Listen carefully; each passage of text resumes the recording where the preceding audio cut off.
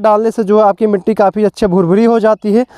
सभी किसान भाई को मेरा नमस्कार। किसान भाई, आज मैं बात करने वाला हूं, जैसे कि हमारे बहुत से किसान भाई हैं जो बरसात में सब्जी की खेती करना चाहते हैं और बेहतरीन तरीके से किस तरीके से किया जाएगा सब्जी की खेती, सब कुछ जानकारी A to Z मैं इस वीडियो में देने वाला हूँ। सबसे पहले अगर आप हमारे यूट्यूब चैनल पर नए हैं तो हमारे यूट्यूब चैनल हनी एग्रीटेक को सब्सक्राइब करना ना भूलें, क्योंकि ऐसे ही रोमांचक वीडियो मैं आप लोगों के रोजाना लेके आता रहता हूँ।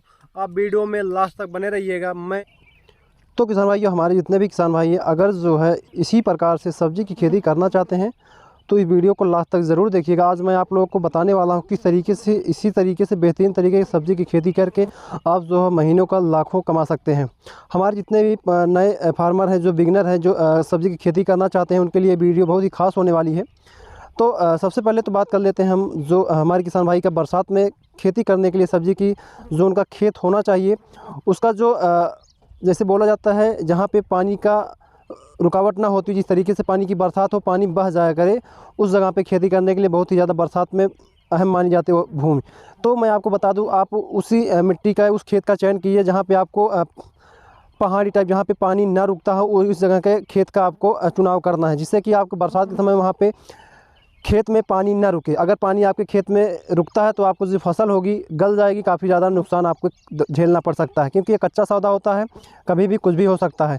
तो अब शुरुआत करते हैं किसान भाइयों। जैसे कि आप डिपेंड करता है कि आप मचान बीज से खेती कर रहे हैं कि जो है बेड पे खेती कर रहे हैं या सिंपल खेती कर रहे हैं। आज के समय में जो देख रहे हैं, यहाँ पे मैं आपको इस समय दिखा रहा हूँ, ये बेड पे खेती की गई है। यहाँ पे बेड पे खेती करने का मतलब ये होता है कम खर्च में ज़्यादा प्रॉफिट।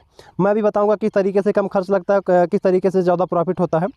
तो पहले बात होती है, जैसे कोई भी किसान भाई होता है कि जैसे कि इस समय जून जुलाई में जो हमारे बरसात की अगेती सब्ज़ी हैं, जैसे कि गोभी हो गई, सरपुतिया हो गई, तमाम सारी ऐसे, कद्दू हो गया, लौकी हो गया, तमाम सारी ऐसी फसलें हैं जिनका जो है जून जुलाई में बैठाया जा सकता है और बेहतरीन तरीके का प्रॉफिट लिया जा सकता है।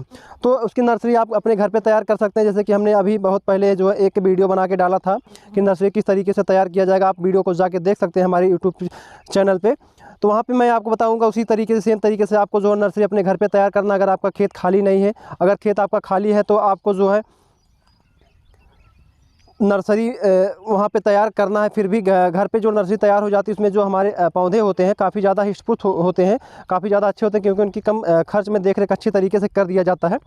तो इसी तरीके से आपको करना है, ध्यान देना है बातों को, कि आप नर्सरी तैयार करते वक्त जो है नर्सरी में जो आप वीडियो को पूरी तरीके से अच्छे तरीके से देख लेंगे किस तरीके से नर्सरी को तैयार करना है, तो आपको समझ जाएंगे। उसी तरीके से आप नर्सरी को तैयार करेंगे और बेहतरीन तरीके का जो है प्रॉफिट लेंगे। अब शुरुआत करते हैं खेत किस तरीके से। किसान भाई, यहाँ पे देखेंगे जो पूरा यहाँ पे खेती की गई है, यहाँ पे इस समय जो है नेनुआ और जो है बोड़े की खेती की गई है। यहाँ पे आपको देखेंगे बहुत ही बेहतरीन तरीके का, देखने में भी अच्छा लग रहा है, पूरा बेड पे खेती की गई। ये किसान भाई पहले जो है नॉर्मल खेती करते थे। नॉर्मल खेती का मतलब यहाँ पे बेड पे नहीं, हमारे किसान भाई जो यहाँ पे पन्नी लगाई गई, इस तरीके की खेती नहीं करते थे। तो ऐसे नॉर्मल खेती करते थे, लेकिन धीरे धीरे करके उन्होंने देखा कि जो है नॉर्मल खेती में खर्च बहुत ज़्यादा आ रहा था, प्रॉफिट कम हो रहा था, इस वजह से उन्होंने धीरे धीरे करके बेड पे खेती करना चालू कर दिया। अब बात करते हैं कि आपकी जब नर्सरी तैयार हो जाएगी, नर्सरी तैयार करने के लिए आप एक बार हमारी वीडियो को ज़रूर विजिट कीजिएगा, वीडियो को अच्छी तरीके से देखिएगा। उसके बाद फिर है आप जो है उसी तरीके से, अगर आप बीज की रुपाई करते हैं या नर्सरी तैयार करते हैं, तो आपको काफ़ी ज़्यादा अच्छा प्रॉफिट देखने को मिलेगा। जितने ज़्यादा हिस्पुट नर्सरी आपकी तैयार होगी, उतने ज़्यादा पौधे भी आपके अच्छे होंगे। तो बात करते हैं सबसे पहले खेत की तैयारी। खेत की तैयारी किस तरीके से की जाएगी, मैं अब बात करता हूँ किसान भाई। जैसे कि हमारे बहुत से किसान भाई के खेत जो है खाली परती बोला जाता है, परती अगर पड़े रहते हैं, उनको अच्छी तरीके से पहले 2 बार कल्टीवेटर से जुताने के बाद गहरे हल से जुताई करवाने के बाद आपको फिर 2 बार रोटावेटर से, जिससे कि मिट्टी भुरभुरी हो जाए। हमारे बहुत से किसान भाई हैं जिनकी मिट्टी जो है बहुत हार्ड होती है। अभी मैं आपको बताऊंगा उसको किस तरीके से भुरभुरी करने के लिए भी उसमें क्या डाला जाएगा, किस तरीके से डाला जाएगा, उस पर भी मैं बात करने वाला हूँ। जुताई करने के बाद फिर मैं आपको बता दूँ, हमारे यहाँ उत्तर प्रदेश की, मैं सुल्तानपुर ज़िले से हूँ, तो हमारे यहाँ जो 1 बीघे में जो खाद की मात्रा डाली जाती है, यहाँ पर 20 किलो डाई और 10 से 12 किलो पोटास। और जैसे कि इस समय तो यहाँ पे रिजेंट नहीं डाला जाता है, बरसात के समय में कुछ अल्ट्रा रिजेंट डाल सकते हैं बहुत। जैसे अगर आपके खेत में दीमक लग रहे हो, तो आपको जो है 1 किलो से कम जो है आपको अल्ट्रा रिजेंट जो है अपने 1 बीघे के खेत में डालना है। और फिर बात करते हैं कि जैसे कि हम बात करते हैं भुरभुरी मिट्टी की। हमारे बहुत से किसान भाई हैं जो जिनकी खेत की मिट्टी बहुत हार्ड होती है। मिट्टी हार्ड होने की वजह से जो है पौधे का भी ग्रोथ बेहतरीन तरीके से नहीं हो पाता है। अगर आपकी खेत की मिट्टी बहुत हार्ड है, तो आपको, जैसे कि यहाँ पे मैं आपको दिखा दूँ, यहाँ पे जो मिट्टी आप देख रहे हैं बहुत ही भुरभुरी मिट्टी है। ये देखिए, इस तरीके से मिट्टी करने के लिए आपको जो है यहाँ पे प्रति बीघे 20 किलो सुपर डालना है। 20 किलो सुपर डालने से जो है आपकी मिट्टी काफ़ी अच्छी भुरभुरी हो जाती है। तो हमने बात कर लिया 1 बीघे में आपको 20 किलो डाई, 12 किलो पोटास और जो है 20 किलो जो है सुपर डालना। अगर आपके खेत में दीमक लग रहे हैं तो आपको अल्ट्रा रीजेंट भी डालना है, 1 किलो से कम प्रति बीघे के हिसाब से डालना है।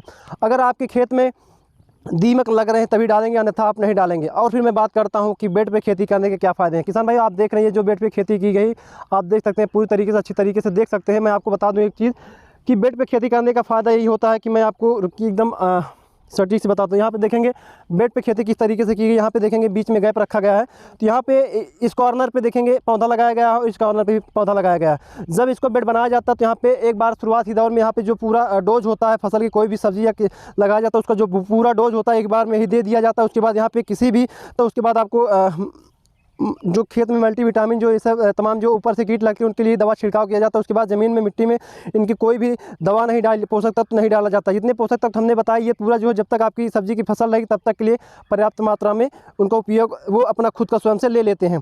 तो मैं अब बात करता हूँ कि यहाँ पे किस तरीके से जो है यहाँ पे बेड पे खेती करने का जो बचत होती है मैं आपको बता दूँ। यहाँ पे जब हमने पूरा डोज जो है 20 किलो डाई, 12 किलो पोटास और जो है अगर आपके खेत में दीमक लगे तो रीजेंट, और अन्यथा अगर आपकी मिट्टी भुरभुरी नहीं है तो वहाँ पे आप जो है जो सुपर डालेंगे 20 किलो। वहाँ पे डालने के बाद जब हमारा पूरा जो डोज होता है, जो हमारी फसल जब तक की फसल सब्जी की फसल रहती है, हमने पूरा डोज दे दिया। अब बेड पे लगाने का फ़ायदा ये होता है, मैं आपको बता दूँ। यहाँ पे देखेंगे जिस तरीके से यहाँ पे पूरा यहाँ पे नाली बनाई गई, उसके बाद यहाँ पे आप फावड़े से भी, यहाँ पे ट्रैक्टर भी आता है, ट्रैक्टर से भी कर सकते हैं। तो यहाँ पे जो मिट्टी होती है इसको उठा के इस पे डाल दिया। यहाँ पे जो है यहाँ ये नाली बना दी गई, यहाँ पे गहराई से यहाँ पे मिट्टी उठा के इसको ऊंचा कर दिया गया है। इससे क्या होगा, जब हम खेत की सिंचाई करते हैं तो जो खेत आपको 2 से 3 घंटे में लगता है, यहाँ पे आपको 1 से 1.5 घंटे में पूरा खेत आपको लग जाता है, क्योंकि यहाँ पे नाली से जो है लगना रहता है। मैं आपको दिखा दूँ, यहाँ पे कॉर्नर से यहाँ से एक साइड से पानी आएगा, फिर यहाँ पे उसको खोल दिया जाता है। इसी तरीके से धीरे धीरे करके पूरी फसल जो है 1 से 1.5 घंटे में पूरा बीघे की फसल आराम से लग जाती है। तो बात हो गई सिंचाई करने का फ़ायदा। एक बार में हमको जो उर्वरक जो खाद डालना रहता है हमने डाल दिया। अब बात करते हैं, जैसे कि ये बात होती है जो मेन टॉपिक है, किस तरीके से नर्सरी कितनी दूरी पे किस तरीके से लगाना जाना चाहिए, मैं अब आपको बता देता हूँ। जैसे किसान भाई यहाँ पे देख सकते हैं, यहाँ पे लगाया गया है बोड़ा। अगर आप बोड़े के यहाँ के बीच की दूरी देख सकते हैं तो सब फसल जो होती है उसकी जो दूरी होती है अलग अलग होती है। यहाँ पे जो बोड़े की दूरी रखी गई, यहाँ पे जो है 2.5 फीट रखी गई है। आप देख सकते हैं एक पौधा यहाँ पे लगाया, एक पौधा यहाँ पे बीच में जो गैप रखा है यहाँ पे 2.5 फीट रखी गई। और उसके जस्ट बगल आप यहाँ देख सकते हैं, यहाँ पे नेनुआ लगाया गया। नेनुए का जो गैप रखा गया है यहाँ पे 3 फीट का गैप रखा गया है। जिस तरीके से लंबी लताएं वाली जो पौधे होते हैं उनकी दूरी काफ़ी ज़्यादा रखी जाती है, और जो पास कम लता वाली पौधे होते हैं उनकी दूरी कम रखी जाती है। इस बातों का आप विशेष ध्यान देंगे। जैसे कि अगर आप कद्दू लगा रहे हैं, कद्दू की जो दूरी होने वाली है वहाँ से 5 फीट होगा। और कद्दू में एक चीज़ आपको बता दूँ, यहाँ पे पास देखेंगे जो पास बेड रखेंगे, इतना यहाँ बीच में कम से कम 8 से 10 फीट का गैप रखा जाता है। चाहे कद्दू होगा चाहे लौकी हो जाता है, उसमें 8 से 10 फीट का गैप रखा जाता है। और फिर वहाँ से पौधे के बीच की दूरी 20 से 20 की दूरी जो यहाँ पे, जैसे कि ये बोड़ा लगाया गया है 2.5 फीट लगाया गया, तो यहाँ पे आपको लगाना है 10 फीट पे। एक पौधा यहाँ पर रहेगा, एक पौधा यहाँ पर लगाया जाता है। इस तरीके से आपको काफ़ी ज़्यादा, क्योंकि कद्दू की और जो है लौकी की जो लताएँ होती काफ़ी ज़्यादा लंबी होती, काफ़ी ज़्यादा बड़ी हो जाती हैं। इसके कारण से उसको संभाल पाना मुश्किल हो जाता है और काफ़ी ज़्यादा फैलती भी है, इसलिए उनका जो अलग ही लगाने का प्रोसेस होता है। इस तरीके से लगा देने के बाद आपको बेहतरीन तरीके से लगाते वक्त आपको ये बात ध्यान देना, जब आपकी नर्सरी तैयार हो जाएगी, बेड बनाते वक्त यहाँ पे देखो लगाया गया था नर्सरी, जब इस पर पानी डाल दिया जाता है यहाँ पे बीच में कटिंग करके गहराई में कम से कम आपको जो नर्सरी हमने आपको जो पुराना वीडियो दिया था किस तरीके से, अब एक बहुत ही जल्द आ गया है हमारे यूट्यूब पे, जाके आप देख सकते हैं किस तरीके से नर्सरी को लगाया जाए, जिससे कि सारे पौधे जो है 90% आपके खेत में लग जाए। क्योंकि लगाने का भी जो तरीका होता है बहुत ही गलत होता है। उसमें क्या होता है, पौधे लगा देते हैं, लग नहीं पाता, सूख जाता है। तो कुछ बातों का आपको विशेष ध्यान देना है। आपको हमारे वीडियो को A to Z ध्यान से देखना है, उसके बाद जो है कोई कदम उठाना है। क्योंकि यहाँ पे देख सकते हैं बीच में यहाँ पे भी गैप हो गया। यहाँ पे एक साइड में जो बोड़ा लगाया गया, एक साइड में नेनुआ, यहाँ पे पूरा जो है कुछ 3-4 पौधे जो है यहाँ पे इनकी जमावट नहीं हो पाई है। इसी वजह मैं आपको बता रहा हूँ, जब भी आप लगाएंगे तो आपको पूरी तरीके से अच्छी तरीके से वीडियो को देखना है, ध्यान से देखना है, उसके बाद कोई कदम आपको उठाना है। और बरसात के समय में जो अगेती फसल होती है उसमें काफ़ी ज़्यादा जो है हाई रेट होता है। जैसे कद्दू हो गया, लौकी हो गया, सरपुतिया हो गया, आप सब कुछ लगा सकते हैं। और बात करते हैं कि यहाँ पे अगर आपको जो है गोभी की खेती करना, गोभी की खेती किस तरीके से करेंगे, अब उस पर बात कर लेते हैं। जैसे कि यहाँ पे देख रहे हैं,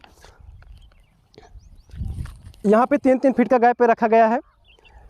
यहाँ पे एक नेनुआ यहाँ है, एक नेनुआ यहाँ पे। तो इस बीच में आपको ध्यान देना, अगर बेड पे जो है जो गोभी की खेती की जाती है बेड वाली, तो उसमें आपको इस समस्या में आपको बता दूं क्या होती है। जैसे कि 1 बीघे में अगर नॉर्मल खेती कर रहे हैं तो गोभी की, तो आपको 1 बीघे में 5000 पेड़ अगर लग रहे हैं, तो अगर आप वही बेड पे खेती कर रहे हैं तो वहाँ पे आपको 3000 पौधे लगते हैं। वो क्यों, मैं आपको और बता देता हूँ। यहाँ पे आप देखेंगे कि यहाँ पे जो नेनुआ लगाया गया है, यहाँ पे 3 पौधे के बीच में अगर आप यहाँ पे गोभी की बात करेंगे तो यहाँ पे आपको 5 पेड़ लग जाएंगे। एक नेनुआ पौधे के बीच दूरी 3 फीट रखी गई है, तो यहाँ से आप काउंट कर सकते हैं। यहाँ पे 5 पेड़ आपको गोभी रखना है। गोभी में जो गैप होती है, इसी तरीके से सेम जिस तरीके से यहाँ पे बेड बनाया गया उसी तरीके से उसका भी बेड बनाया जाता है, लेकिन यहाँ पे आपको कम पौधे लगाए जाते हैं और कम खर्च भी नहीं, ज़्यादा खर्च आ जाता है। और फिर बात करते हैं गोभी अगर आप लगाते हैं तो मैं आपको बता दूं कि इसमें जो है बेड पे खेती करने का मतलब यहाँ पे आपको निराई गुड़ाई नहीं करवाना है, क्योंकि यहाँ पे जो पौधे देखेंगे, पौधे पे अगर खर पतवार आ जाते हैं तो उनकी जो हमने इनको पोषक तत्व दिया था, पोषक तत्व जो है खरपतवार में लग जाता है और हमारे पौधे जो है कमज़ोर हो जाते हैं। इस बातों का आप विशेष ध्यान देंगे। आप बेड पे खेती करेंगे तो बेहतरीन तरीके का प्रॉफिट होगा और अच्छी तरीके के पौधे आप जो है आपकी काफ़ी ज़्यादा तंदुरुस्त होंगे। इसी तरीके से आपको निराई गुड़ाई करवाने का जो है खर्चा कम आता है और काफ़ी ज़्यादा बेहतरीन प्रॉफिट देखने को मिलता है। फिर मैं बात करता हूँ मचान की। अब चलिए दिखाता हूँ मचान किस तरीके से बनाया जाएगा। तो हमने बात कर लिया कि अब बात होती है मचान की। बरसात में मचान जो है बहुत ही ज़्यादा ज़रूरत है, क्योंकि जो हमारे पौधे में जो फल आते हैं अगर मिट्टी पर रह जाते हैं उनमें जो है सानी नहीं आ पाती है, उसकी वजह से हमको मार्केट रेट काफ़ी अच्छा नहीं मिल पाता है। तो यहाँ पे देखेंगे, यहाँ पे जो पूरी तरीके से यहाँ पे मचान वाला पूरी तैयारी की जा रही। मैं आपको बता दूँ, यहाँ पे मचान 2 टाइप के होते हैं। यहाँ पे देखेंगे जो यहाँ पे लगाया जा रहा है, यहाँ पे खड़ी जो है झालर लगाई जा रही है। अब पट्ट झालर मैं आपको अभी यहाँ पे मेंशन कर दूंगा पट्ट झालर क्या है। यहाँ पे खड़ी झालर का मतलब ये, यहाँ पे देखेंगे ये बारीकी से जो है तार लगाए गए हैं। आप तार देख सकते हैं, आपको हाँ तार देखिए, ये यहाँ पे आपको तार दिखाई पड़ रहा होगा। ये तार से यहाँ पे इस तरीके से जो है खड़े खड़े रहेंगे। और जो जिस तरीके से छत होता है, छत वाला जो बोला जाता है उसको पट्ट झालर बोला जाता है। बरसात के समय में जो जैसे कि लौकी हो गया, कोहड़ा हो गया, उनकी जो लताएँ होती हैं काफ़ी ज़्यादा भारी हो जाती हैं। भारी होने के कारण से यहाँ पे ऊपर से देखेंगे पूरा तार से अच्छी तरीके से उसको बुनाई की जा रही है। बुनाई कर देने से जितनी अच्छी बुनाई होगी, अगर आपके पौधे पे आपकी जो स्टे जो है जितना अच्छा मजबूत होगा, जितना ज़्यादा मजबूत होगा, उतनी बेहतरीन तरीके से आपको पौधे जो हो गए नीचे नहीं, ज़मीन पे नहीं आएंगे। और जब पानी नहीं लगता, जब पौधे नीचे आ जाते हैं, पानी लग जाता है, तो उसकी वजह से हमारे पौधे जो है उतनी उनकी पैदावार कम हो जाती है और ख़राब होना चालू हो जाते हैं। और फिर मेन बात आती है, वीडियो को ख़त्म करते मैं आपको बता दूं, बरसात में आपको गलन, पौधे में गलन बहुत ही ज़्यादा तेज़ी से होता है पानी लग जाने के कारण से। वैसे भी तो इसको आप बातों को विशेष ध्यान देंगे। गलन को आपको देखना है, गलन के लिए फंगीसाइड और कीटनाशक का आपका प्रयोग करना है, जिससे कि आपके पौधे में अगर एक बार गलन चालू हो गया तो आपके सारे पौधे जो है सूख जाएंगे। इन बातों को आपको विशेष ध्यान देना है। गलन जो बरसात के समय में बहुत ज़्यादा आता है, बहुत ही खतरनाक होता है। इससे आपको बचने के लिए मैं आपको बता दे रहा हूँ कि आपको जब भी लगाएं तो आपको विशेष ध्यान देना है। और कीटनाशक और जो है यहाँ पे मल्टीविटामिन या मिनरल मिक्सचर का प्रयोग तब करना है।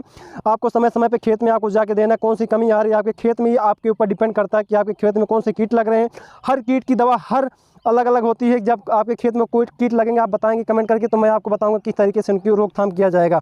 इसी तरीके से आप बेहतरीन तरीके से आप स्टे लगा के यहाँ पे देखेंगे मोटे मोटे तारों का प्रयोग किया जा रहा है।